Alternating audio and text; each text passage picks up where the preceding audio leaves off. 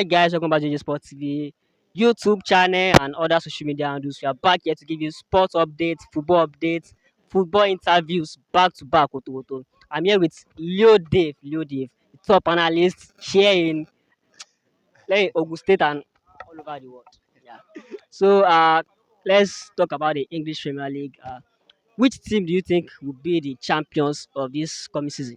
It's very hard to say. It's between Arsenal and Man City, as we know. But the reason why I said it's hard to predict is because Man City have been so consistent, 7 in the last 8. So it's hard to Four in a row. 4 in a row. It's hard to actually write them off. But Arsenal have been showing some level of consistency in the last 3 seasons that we've clearly seen. And in their preseason, we saw how solid they can be. And now they've strengthened in this defense again. And like a wise manager, one of the top managers have said in his time while coaching, and that is Sir Alex Ferguson. And anything he says when it comes to football taxes and all, he should believe that if he's not 100% right, he will be at least 80% right. Now he says attack wins you games, but defense wins you titles. Now, if Arsenal having a very good defense and are not conceding from time to time, that if you don't concede, you won't lose a game. But if your attack is as equally good, then if you score a goal, then you are guaranteed of winning a match. Do you understand? So I think Arsenal are well to do when it comes to midfield, the defensive midfield, and the defense completely, and that will actually help them. The only thing I think will be a problem for Arsenal is they are striking the top 9 position. The top 9 position, and I Can't think rely on Ruben Jesus yeah, and at all. You can't rely on him. A striker that gives you 4 goals in a Premier League season, that is not reliable at all. At all. Any striker that will enable you to win the Premier League should at least, even without scoring regularly, should at least give you up to 10 plus goals. That is the bare minimum. That is if you know him for not scoring but helping out. Example Roberto Firmino. You understand? He's not the type that will link up score. play. Link up play will be very good. So but even with the link up play, he still has to contribute, scoring at least double figures.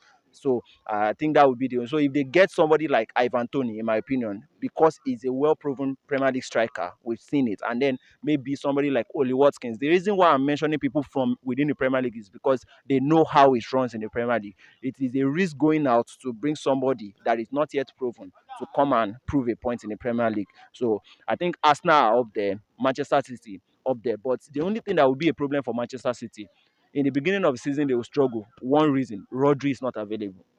Number two, Haaland can be out injured at any moment. We know until last 2 seasons, we know how his injury record has been. Though he's improving, but we know how it can be. And last season we saw him injured, but Alvarez came in and did a good job. But now Alvarez is no longer there, and that would be a problem. So there's no deputy for him. So just those two up there, first or second, whoever is going to be, I can't put my points because they both have their positives and their negatives at the moment. Now in the number 3 position, yeah, it's hard to tell, but I'll still put Liverpool in there. The reason why it is hard to tell is because obviously Jurgen Klopp just left.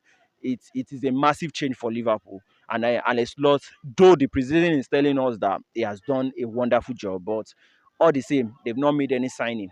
And since they've not made any signing, he will have to show his tactical ability to push them. But Liverpool still have very good players that can actually at least make top four, even if they are not winning the league. And the biggest issue will be juggling Champions League football with the normal Premier League football, because both you'll have to use your best squads for both competition. It's not a competition where you start resting players, and then that is where recruitment for Liverpool has to come in. Then in the number 4th position might be a shock to people, but I'll be going for Newcastle United again. I would have gone for Aston Villa, but the reason I won't go for Aston Villa is because European football is going to take a toll on them. Champions League football is going to actually tell the way it told on Newcastle United last season. Now, Newcastle United have nothing to do in Europe this season, and they have a good squad.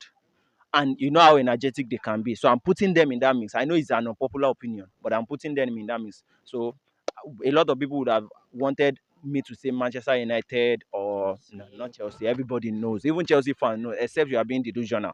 Everybody knows that Chelsea for now are not there yet. If they make top four, it is a miracle, and they know it is a miracle. But realistically speaking, they are not there. So, but Man United have a better chance. Even Tottenham have a better chance. But the only thing is because I know Man United can be a little bit of here and there, but they are actually in a transition phase. But it will still take a little while. So that is my top four. All right. Who do you think will win the Golden Boot? The Golden Boot. This is a no-brainer, and Erling Haaland. There is no competition about it. Yeah, I can be proven wrong, but seriously, in the last 2 seasons, now we saw it with Mohamed Salah in his first 3 seasons too.